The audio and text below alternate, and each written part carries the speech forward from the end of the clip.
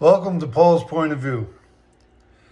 Mark Carney's Trump Defense Deficit Disappears by Paul Wells. And coming soon, the Trump Conversations. Okay, no more edits. I'm not really happy with this essay, but I'm suffering from paralysis by analysis.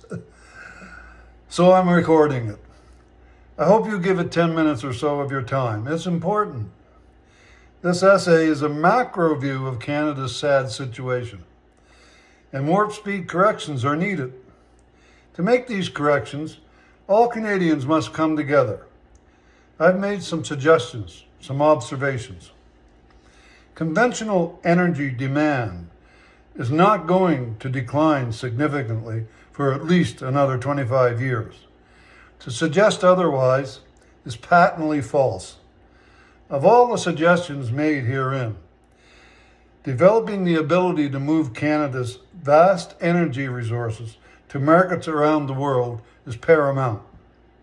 Nothing we can do will begin to turn our ship of state away from colliding with an oncoming iceberg faster. Nothing, that is, except failure to act at warp speed, hand in hand, united as Canadians. Speak as one now, Canada, or forever hold your peace. Moving on.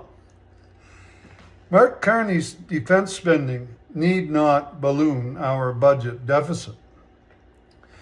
It seems the federal government, provinces, and territories all agree that some drastic measures are required in the areas of defense and economic development. Polivier agrees more defense money is badly needed, but differs with Carney on how the defense budget should be funded. Where's the money coming from, in other words?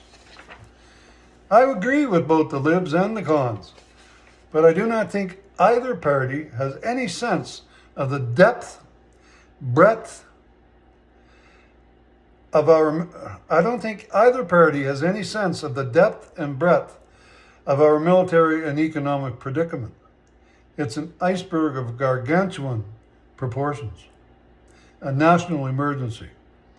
Canada's dismal defense readiness and national dependence on American trade is both a national emergency and a national embarrassment. To combat this, we need to use the Emergency Measures Act, EMA. As the first EMA act of legislation, impose a 5% national sales tax. Poof. No defense budget deficit. Bear with me here. For 100 years, Americans have invested heavily in key sectors of our economy.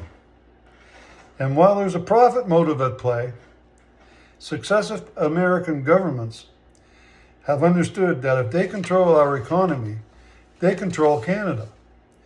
This is a key part of American foreign policy. As well, Canada has been eroding its defense capabilities for 60 years.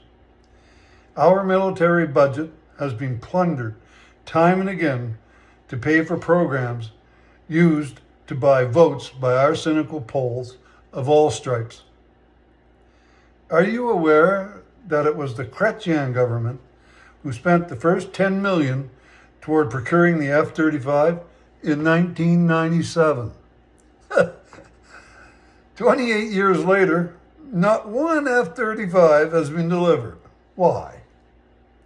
Votes. That's why. Politicians are unwilling to risk votes to support any significant upgrades. This has led Canada to being the laughingstock of NATO, and now Carney has turned the F-35 into a Trump trade war pawn. National defense gets it in the neck again. Biting off our nose to spite our face is not the way to beat Trump. We beat him by, at warp speed, moving towards self-sufficiency. We owe Trump our gratitude. His 51st state comments and tariffs forced us to look inward. And we found a country totally dependent upon the U.S. for our own national security and economic health. Now there seems to be a consensus among most Canadians and our politicians that something must be done. I've railed some against Mark Carney's strategy to avoid a Titanic-like collision between the huge iceberg and the good ship Canada. A few months later, I can see his strategy more clearly, and I like it. But it isn't cohesive enough, responsive enough, or urgent enough. So what must be done? First, Carney must convince a large majority of our MPs to sign on to a memorandum of understanding that says Canada is about to invoke and use the power of the EMA to turn our military and our economy around, smashing the U.S. military and economic dominance over Canada. I like that Carney stonewalling Trump, even though he knows it's hurting Canadians. Ramrodding the provincial and territorial leaders into lowering east-west trade barriers is also good. But the pace is glacial. And it's time for tough calls.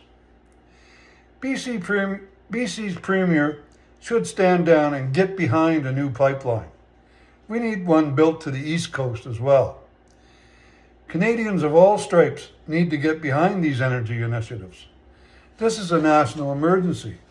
Everyone should step up, take one for the team.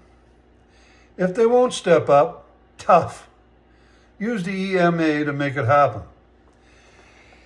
We should build 10 new refineries and 10 new nuclear power plants while we're at it. Why should we let the Americans make money refining our oil? Energy costs will come down fast and make Canadians wealthier. Home heating cheaper. Canada has rare earth metals. Let's start mining and refining them. They're in great demand all over the world. Reward it with high wages and secure jobs. Canadians can deal with the 5% tax raise.